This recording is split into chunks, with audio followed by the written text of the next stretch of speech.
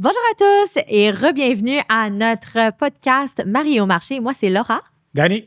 Et aujourd'hui, on va avoir du fun. On va poser quelques petites questions en rafale Répondre.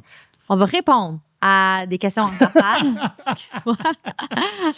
Qu'on se fait souvent poser par nos clients. Donc, et avec une petite thématique pour l'été. C'est plus le fun. Donc, la première question. Are pools overrated? Est-ce que les piscines sont overrated, oui ou non? Excellent. Moi, je dirais que oui, aux yeux des gens qui en ont une, c'est overrated. Parce que si je ne me trompe pas, on avait déjà fait une certaine recherche à propos de ça, puis le retour sur investissement est à 40 %. Oui, exact. Fait que si ta cour t'a coûté 100 000, tu vas peut-être récupérer 40 000. Ça va t'aider à mieux vendre ta maison comparativement aux voisins à côté qui n'en ont pas. Mais pense pas à aller rechercher tout ton argent. Ça, c'est si la piscine est vraiment belle en passant. Une piscine hors terre, là, Patate. Zéro, tant qu'à moi, là, patate. Ah, Mais, c'est drôle parce qu'on avait cette conversation-là avec notre ami Jack l'autre jour, que justement, lui, il a un très beau setup de piscine. Puis là, on s'était dit, tu sais, nous, une piscine, on voit ça comme du travail. Tu sais, il y a des gens que une piscine, c'est quasiment une perte de valeur. C'est comme, je veux même pas la visiter, il y a une piscine. Tu sais, il y a d'autres gens que, des fois, ils ont des piscines puis ils triplent là-dessus. Ils savent combien que ça leur a coûté. Puis ils sont comme, hey, si ma prochaine maison, elle a déjà ça, tant mieux. Fait que ça a de la valeur pour la personne que ça a de la valeur, mais pour la moyenne des gens, comme tu as mentionné, le retour sur l'investissement n'est pas énorme. Tu le fais pour toi. exactement. Parfait. Fait que ça, c'était question numéro 1. Question numéro 2. Est-ce que investir dans la cour arrière ou juste dans le landscaping en général peut avoir un impact sur la propriété? Sensiblement la même réponse.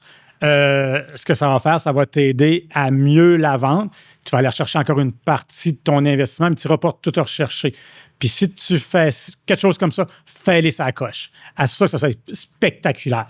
Parce que si c'est juste, c'est fait, ben, you know what, c'était normal que tu mettes du gazon puis tu fasses ton entrée en asphalte. Là. Tu sais, ça fait que c'est ta base. C'est pas un wow. Non, exactement. Et si je peux me permettre, c'est une des raisons pourquoi c'est intéressant de vendre durant l'été, c'est parce que c'est là que ta propriété se présente le mieux. Oui. Tu sais, donc, profites-en parce que si l'intérieur de ta maison est ordinaire, ben la cour arrière peut être encore plus jazzed up pour donner une plus-value que tu peux rajouter.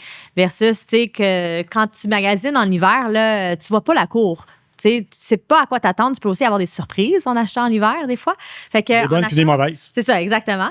Mais en achetant en été, tu te donnes encore plus de chances de montrer ta propriété à sa pleine valeur, si je peux me permettre. Puis souvent, moi, ce que j'ai remarqué avec les années, c'est que ce que tu vois de l'extérieur va refléter l'intérieur d'une maison. Ça, c'est vrai. Ça m'est, je pense, jamais arrivé de voir une propriété qu'à l'intérieur, c'était impeccable, ça coche, puis qu'à l'extérieur, ça avait de l'air de la chienne à Jacques. OK? C'était tout croche dehors, le gazon n'était pas fait, les plates-bandes étaient tout croche, puis d'arriver à l'intérieur, puis c'était magnifique. OK? Souvent, ce que tu vois dehors, ça va refléter l'intérieur. Fait que c'est beau à l'extérieur, c'est souvent beau à l'intérieur. C'est le premier coup d'œil de la propriété aussi. Les gens, ils vont déjà, 3 secondes pour faire une impression sur quelque chose comme ça. Sur quelqu'un, mais aussi sur les propriétés. Fait que il arrive à la maison, puis si c'est le bordel dehors avec plein de jouets d'enfants qui traînent partout, c'est pas bon, là. OK? Fait que ça, c'est un autre point. Ensuite, est-ce qu'il vaut mieux attendre la fin de l'été pour acheter? Hey, encore une fois, là, ça me ramène dans mon expérience de courtier parce que ça fait quand même 24 ans que je fais ça. Puis l'autre jour, j'ai donné une formation justement sur si le marché d'été était bon. Je me suis rendu compte que là, 15-20 ans, si je prends toute l'année, les 12 mois, seulement 15 à 16 % des transactions se faisaient l'été. Maintenant, dans les 5 dernières années, on est autour de 22-23 % de toutes les transactions immobilières. Donc, le marché est bon 12 mois par année au Québec.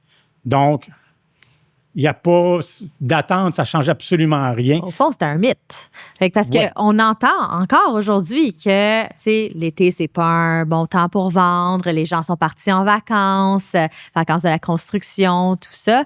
Mais tu as totalement raison. Même les courtiers, tu sais, moi, je pense, Danny, c'est un coach, hein? Fait que des fois, il va dire, c'est quoi que tu dis, les gens qui disent que... Je pense que les courtiers se closent eux autres mêmes. OK? C'est-à-dire, ils vont s'auto-convaincre que l'été, c'est tranquille Comme ça, ils vont dire, ils ne se sentiront pas coupables pour aller jouer au golf plus souvent, aller faire du bateau, aller se des terrasses. Je pense qu'ils vont se convaincre que l'été, c'est tranquille. Puis finalement, c'est pas si tranquille que ça. Les gens qui travaillent, ils font des transactions. Puis ce que je voulais dire avec ça, c'est que tu ne vends pas ta maison sur un coup de tête. Les gens vendent leur maison parce qu'ils ont un projet. On en a parlé tantôt. Est-ce que tu downsize? Tu as besoin de plus grand? Tu arrives de l'extérieur? Tu as un transfert à job? Ouais. Les gens vendent leur propriété parce qu'il y a un projet. Puis les projets, ça peut être 12 mois par année. C'est aussi simple que ça. Ça fait que l'été, vous n'avez aucune raison d'attendre à l'automne. C'est juste que dans votre tête, vous n'êtes pas nécessairement prêt à vendre tout de suite si vous vous dites que vous voulez attendre à l'automne parce que c'est pas vrai que c'est meilleur. Et du côté acheteur aussi, pour moi, en tout cas, si on regarde la tendance du marché, vous allez juste payer plus cher en été. Donc, on le dit, en été, en automne, si vous attendez, parce que le marché ne s'en va pas à la baisse, en tout cas. Ouais. Donc, moi, les gens, quand ils disent « Ah, je suis pas pressé pour acheter », ben, moi, je leur réponds quasiment « OK, c'est bon de savoir que vous êtes prêt à payer plus cher dans le futur. » Parce que réellement, si vous trouvez une belle propriété qui vous convient, qui coche les boîtes, là, comme vous êtes mieux d'acheter aujourd'hui que plus tard parce que ça va, pour le moment en tout cas, le marché continue à prendre de la valeur. Les propriétés n'ont pas baissé en valeur réellement. Ils ont stagné un peu après la COVID, certains secteurs seulement. Certains secteurs. Donc, mais la réalité, c'est que l'été, c'est un bon moment pour acheter, c'est un bon moment pour vendre. C'est un mythe, comme tu as mentionné. Et je pense qu'on en a un dernier. C'est quoi les avantages de visiter en tant qu'acheteur en été? Tu en as glissé un mot tantôt. C'est que tu vas voir la cour, l'état du terrain. Tu as plus de lumière longtemps aussi. Parce que l'effet, comme je te l'ai mentionné hier, on est arrivé à la maison, il était 9h15, il faisait encore clair. Ça fait que tu es capable de visiter jusqu'à 8h le soir, puis tu vois si la maison a une belle lumière naturelle. Puis, c'est tellement important. C'est un des points numéro 1 quand on visite avec des gens. Est-ce que la lumière rentre bien? Est-ce que la maison est lumineuse? Donc, ça te donne comme vraiment plus de temps pour faire plus de visites. L'hiver, au Québec, on dirait qu'il fait noir à 3h30. Là. Fait que tu visites en ça quasiment tout le temps. Donc, l'été, tes plages de visite sont beaucoup plus larges. Donc, puis tu t'évites des mauvaises surprises. Parce exactement. Que, justement, je pense à un de nos clients qui avait acheté avec nous en hiver. Il a très, très bien vendu après. Là. Je pense à Cheyenne. Je ne sais pas si tu te souviens. Oui, totalement. Ouais. Puis lui, quand il a acheté en hiver, quand l'été est arrivé, il y avait juste des milliers de pissenlits sur sa cour. Mais tu sais, c'est pas un vice caché, techniquement. Il y a des pissenlits, c'est ça.